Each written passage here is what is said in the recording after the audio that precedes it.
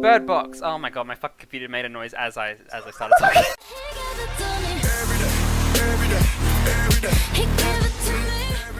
Bird Box is directed by Susanne Bier, I think is how you pronounce it, and stars Sandra Bullock. Bird Box, Riley, how was it? Bird Box was enjoyable. I really liked it. Yeah. How was it, Jackson? I really enjoyed it. It was one of, if you saw our top 10 list, it was one of my top 10 of the year. I think it was subtle enough that it was unique, and I quite enjoyed it as well. So, first of all, before we start talking, we're going to do a quick spoiler alert because we probably will discuss spoilers. So if you haven't seen it or aren't interested in finding out about it, spoiler alert, there you have it. Alright, so we're going to read the quick plot synopsis for Bird Box because we kind of struggled to describe what it's about reasonably. So Bird Box, when a mysterious force decimates the population, only one thing is certain: if you see it, you die. The survivors must now avoid coming face to face with an entity that takes the form of their worst fears. Searching for hope and a new beginning, a woman, Sandra Bullock, and her children embark on a dangerous journey through the woods and down a river to find the one place that may offer sanctuary. To make it, they'll have to cover their eyes from the evil that chases them and complete the trip blindfolded.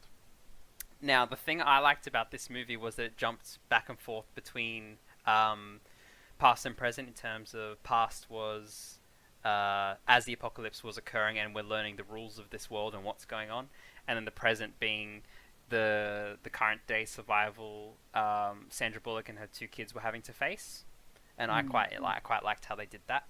However, I felt it did kind of affect the pacing, and I think Did you? it was a bit slow at times. I'll admit it did feel a bit slow, but I never really felt like I wanted to get back to one or the other. I was Yeah. interested with both scenarios, but I will admit there were some kind of little slow bits, especially I think more in the past Yep. than in present. And it was really interesting because I feel like it almost didn't even need the past segments. Like Yeah. if the film had just been about Sandra Bullock and these two kids on a raft, basically for the entire, I think it would have made I think more for a scarier film. But I think we kind of need a little bit of story to. Yeah, they could have gone. I'm happy they didn't go entirely in that direction. If they had written it around that kind of ambiguity of it and the what's actually happening, that could have been interesting. But I did like how they did it. Yeah, because that would have been more. I mean, we can't. The film's obviously going to get a little bit of comparison, but it's unlike Quiet Place, which is set entirely in the aftermath. Yeah. There's not a lot of build up, but here we see what life is like before, basically the moment it happens, and the fallout of that. Whereas with Quiet Place, we mostly just see everything's already happened, the world's already ended. So it was very interesting to see. So I did like that sort of different take. Yeah, but that was one of my my first notes, was that I found it really reminiscent of A Quiet Place and The Happening. Have you seen The Happening? I have not seen The Happening, but I'm aware of its plot. I think that movie is one of the most stupidest things ever made. No. It is really underrated. It's not. It has a lot of flaws. But it is one of the worst acted films I've ever seen. It's you haven't seen it though. Well, I've seen the scene with the guy with the hot dogs asking if you like hot dogs, and Mark Wahlberg's no. Yeah. It's like. It's What? not. No. It's not a great movie, but there are a lot of really cool plot. What's the word?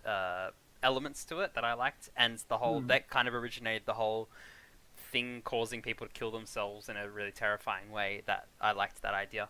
But if it's a difference between an unseen spirit of some kind or literally just the trees doing it, I mean, I liked that because that might be my biology, bias here, but I actually liked that it was a self-defense thing that the plants were causing. I thought that was cool. One of my points was that I really like this whole sensory deprivation trope that's going on in horror at the moment, because we had Don't Breathe, which was focused on sound. Stephen Lang, right? Yeah. A Quiet Place. God, Stephen Lang is the man. There was another one that I forgot.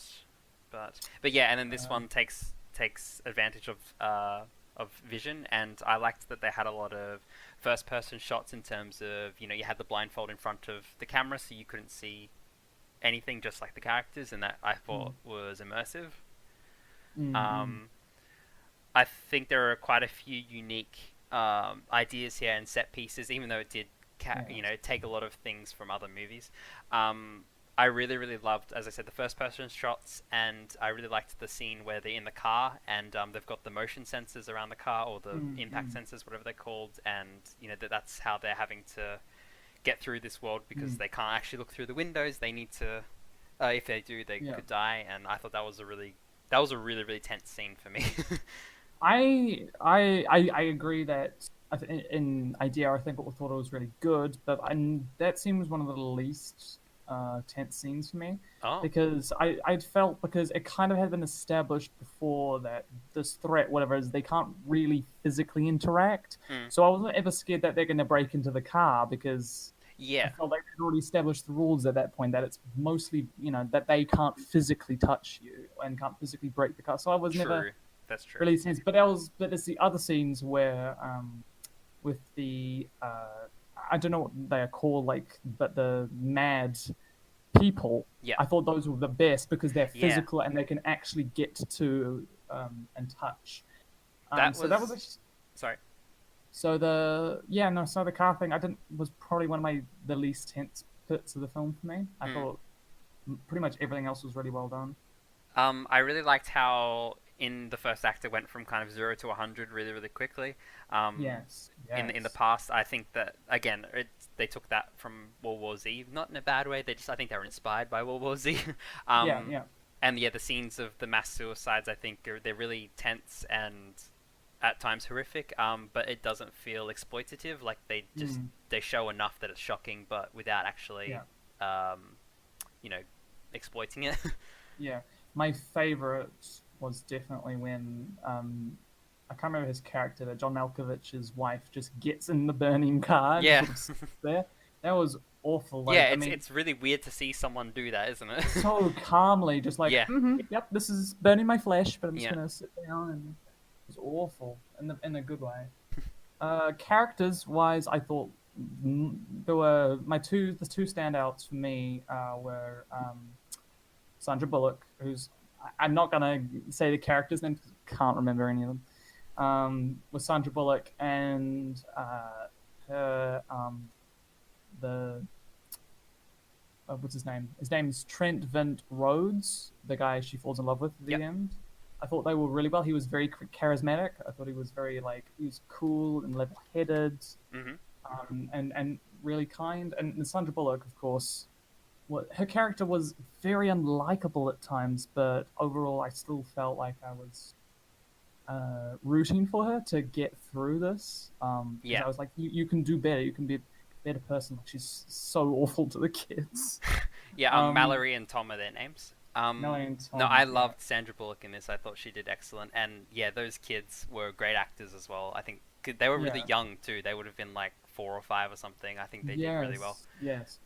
For me, with child actors, the benchmark that every single one needs to clear is just not be annoying. Yeah. If you're annoying, then you haven't, I don't really mind it. If you act badly, but if you can act okay and not annoying, it's definitely a win.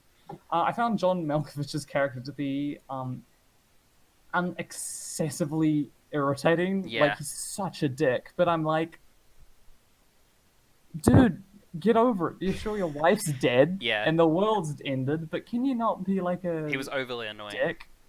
He was a little to the... I mean, he kind of redeems himself at the end, but even so, I was like, oh, thank God he's dead.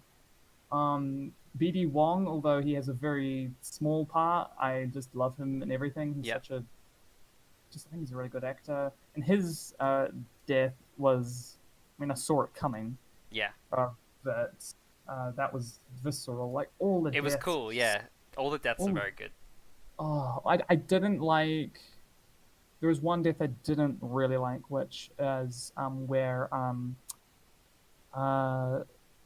the friend, the young girl who Sandra Bullock befriends, the pregnant one. Olympia, yeah. I think her name is, when she jumps out the window. I kind of giggled Like it kind of looked kind of a bit silly. I mean, it was an emotional moment. Mm. But that one was a bit silly looking. Just sort of her just like "Woo!" out the window. Uh, Um, well, I need to get into the deeper stuff with this movie because this yes, wasn't these weren't the reasons why I loved it. Um, yes. where it really shone for me was, I think what I got out of it was that Bird Box is a message on child abuse. Um, you would find out when in the beginning, Sandra Bullock and her sister, when they're going to the baby doctor, I forget what they're called. um, they mention about how their parents were either abusive or neglectful. I can't actually remember because I watched it a few weeks ago.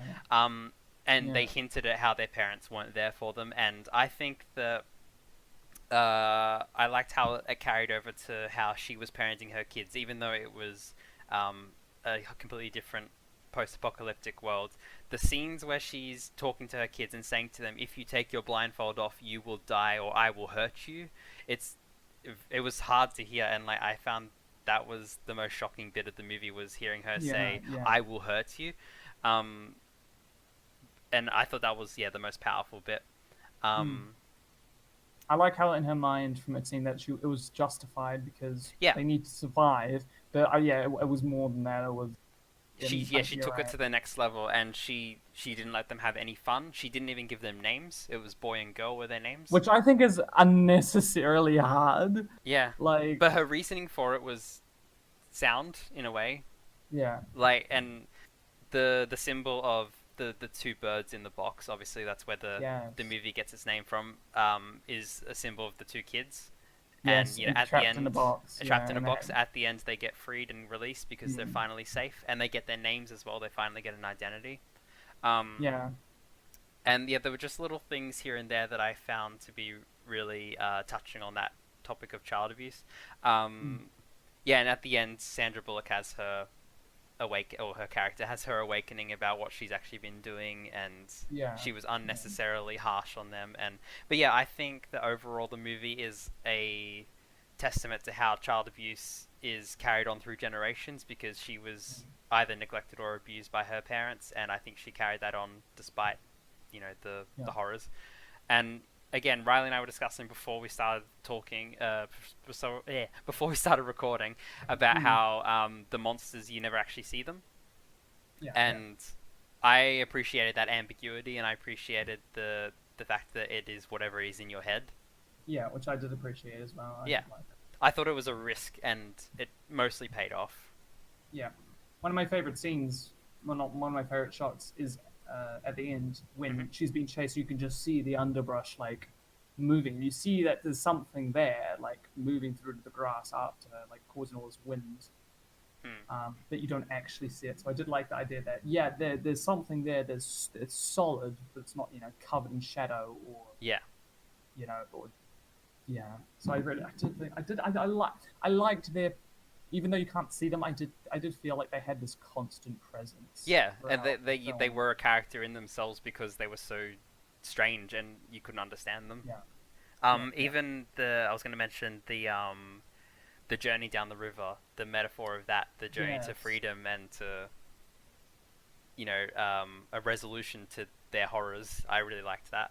Well, yeah, overall I think it was pretty decent. Not perfect, has its issues, but No. I really really liked it.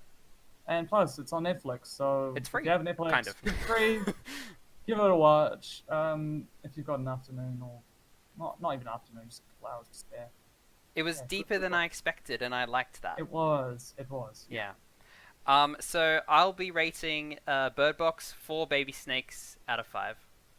And I will be rating it 3.5 baby snakes out of 5. And there you go. That's our review for Bird Box. Yeah, stay tuned. We're going to be doing more reviews in the future. We haven't actually discussed what we're doing next, but I'm sure we will soon. Do you have any ideas, Riley? What do you want to do next? No, there's not. Yeah. Annihilation. Well, yes, we'll have to talk about that at some point. Yeah. If you don't, I will. I know you will. But yeah, thanks for watching, and we will see you next time. Bye-bye. Bye-bye.